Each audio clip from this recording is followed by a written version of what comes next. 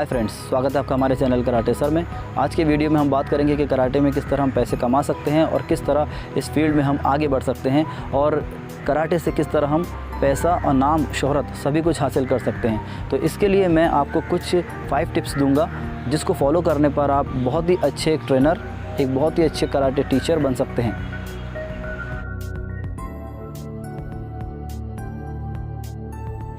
Tips number 1 ये है कि आपको सबसे पहले फर्स्ट डन ब्लैक बेल्ट होना होगा, जिसे फर्स्ट डिग्री ब्लैक बेल्ट भी कहा जाता है। फर्स्ट डिग्री ब्लैक बेल्ट का मतलब एक टीचर नहीं होता। फर्स्ट डिग्री ब्लैक बेल्ट का मतलब होता है आप कराटे में एक सीनियर स्टूडेंट है। जो कलर बेल्ट होते हैं, वाइट से लेकर yellow, orange, green, blue, purple, ये सभी बेल्ट में आप एक जूनियर स्टूडेंट होते हैं। लेकिन जब आप ब्लैक बेल्ट पर जाते हो, फर्स्ट डिग्री ब्लैक बेल्ट का एग्ज़ाम देकर एग्ज़ाम पास करते हो, तो आप एक सीनियर स्टूडेंट कहलाते हो। तो उस लेवल पर आने पर आप किसी भी टीचर के, जो भी आपके टीचर हैं, उस टीचर के अंडर में आप कहीं पर भी क्लासेस ले सकते हो, कहीं स्कूल में भी क्लासेस ले सकते हो और एक अच्छा सेल्फ डिफेंस और कराटे की ट्रेनिंग देकर आप पैसा कमा सकते हो। बट आपको किसी टीचर के अंडर में रहकर करेंगे तो बहुत अच्छा है, क्योंकि आपके टीचर आपको गाइड करेंगे। तो वहाँ जो फर्स्ट डन ब्लैक बेल्ट में आप टीचिंग के लिए जो तैयारी करोगे, तो उसमें ये रहेगा कि आपको एक एक्सपीरियंस और एक जो गलती आप करेंगे तो टीचर आपको गाइड करेगा, तो वो गलतियों से आप बच सकेंगे। इसके लिए आपका फर्स्ट डन ब्लैक बेल्ट होना ज़रूरी है और साथ में आपका टीचर का सपोर्ट होना भी बहुत ज़रूरी है।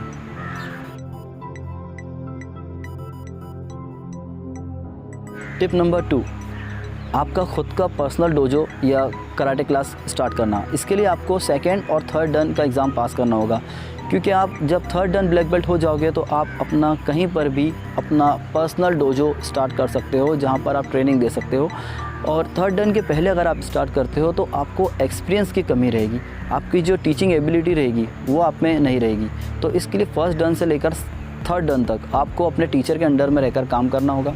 उसके बाद अपना पर्सनल डोजो खोल सकते हो, ताकि आप फ्यूचर में कहीं पे भी रुके नहीं और आगे बढ़ता जाएं।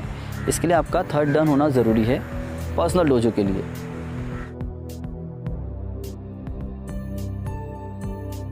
तीसरा इम्पॉर्टेंट पार्ट ये है कि आपको कराटे में काता और कुमिते यानी फाइटिंग और जो फॉर्म्स होते हैं काता के, उसमें नेशनल में, इंटरनेशनल में गोल्ड मेडलिस्ट होना बहुत ज़रूरी है। क्योंकि जब तक आप अपना गोल अचीव नहीं करोगे, आप अपने स्टूडेंट्स को रेडी नहीं कर सकते। तो आपको पहले ख़ुद को तैयार करना होगा, क्योंकि जब भी कोई स्टूडेंट्स और पेरेंट्स आपके पास क्लास ज्वाइन करने के लिए आएंगे तो वो आपकी एबिलिटी के बारे में पूछेंगे। आपने क्या क्या अचीव किया, आपके अचीवमेंट्स क्या है, आपने किस लेवल तक की आपने फ़ाइट करी है, कहाँ तक के आप सीखे, सारी बातें आपसे इंक्वायरी करेंगे।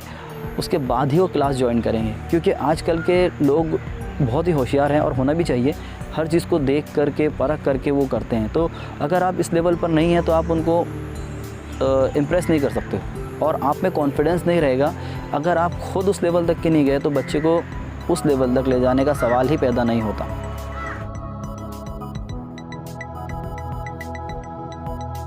टिप्स नंबर 4 में आपको ध्यान रखना है कि आपको प्रैक्टिस कंटिन्यू रखनी है, क्योंकि रियल कराटे ब्लैक बेल्ट के बाद ही स्टार्ट होता है। ये तो जो है 4 इयर्स का, जो 3 इयर्स का, जो वाइट बेल्ट से लेकर ब्लैक बेल्ट तक की जो ट्रेनिंग होती है, ये सिर्फ बेसिक्स हैं। मेन ट्रेनिंग होती है ब्लैक बेल्ट के बाद। तो उस समय ज़्यादातर देखने में ये आता है कि लड़के ब्लैक बेल्ट होने के बाद समझते हम टीचर बन गए, अब हम ट्रेनिंग करें नहीं करें, हमने तो ये चैम्पियनशिप खेल ली, वो खेल ली, इस तरह वो ट्रेनिंग वगैरह बंद कर देते हैं। तो उसमें ये होता है कि आप की ट्रेनिंग जब तक रहेगी, जब तक आप इस फील्ड में पैसा कमा सकते हो। क्योंकि आप स्टूडेंट्स को ट्रेन करने के लिए आपके अंदर एक बॉडी लैंग्वेज चाहिए, फुटवर्क चाहिए, स्पीड चाहिए, पावर चाहिए, तभी तो आप स्टूडेंट्स को रेडी करेंगे। अगर आप में ही वो क्वालिटी नहीं रहेगी तो बच्चे नहीं सीखेंगे आपसे। इसके लिए अगर आपको इस फील्ड में पैसा कमाना है, आगे बढ़ना है, तो आपको प्रैक्टिस कंटिन्यू रखनी होगी।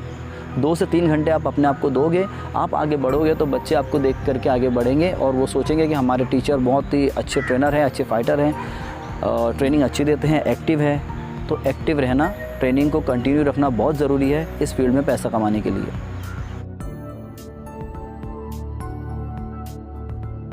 टिप नंबर 5 तो सबसे ज़्यादा इम्पॉर्टेंट है, क्योंकि किसी भी स्पोर्ट्स में या किसी भी फील्ड में आगे बढ़ने के लिए स्ट्रगल बहुत ज़रूरी है। ये सारी चीज़ें करने के बाद आप सिर्फ एक ही जगह रुकेंगे स्ट्रगल के लिए। और बहुत से स्पोर्ट्स में बहुत से एथलीट, बहुत से लोग यहीं पर आकर के अपने घुटने टेक देते हैं, वो है स्ट्रगल।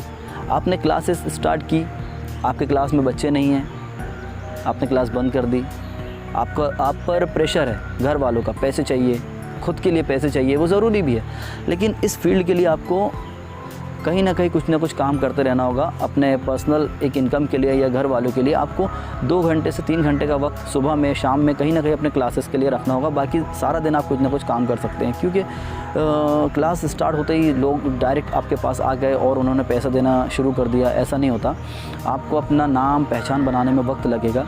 अगर आप कहीं रेंट पर क्लास स्टार्ट करते हैं तो आपको रेंट पहले निकालना होगा।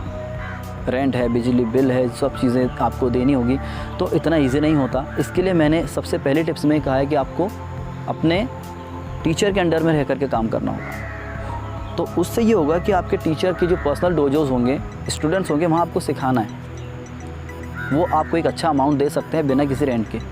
लेकिन अगर आप लालच में आकर सोचते हैं कि मैं जल्द से जल्द अपना क्लास स्टार्ट कर दूं, और आप कहीं पर महंगी जगह लेके 10-20 हज़ार रुपये महीने की जगह लेकर आप क्लास स्टार्ट करते हैं, और अगर आपका कैरियर सही से ग्रोथ नहीं करता है, तो आप हमेशा के लिए इस फील्ड को छोड़ दोगे और सोचोगे मैंने बहुत टाइम वेस्ट किया, मेरा पैसा बर्बाद हुआ, टाइम बर्बाद हुआ।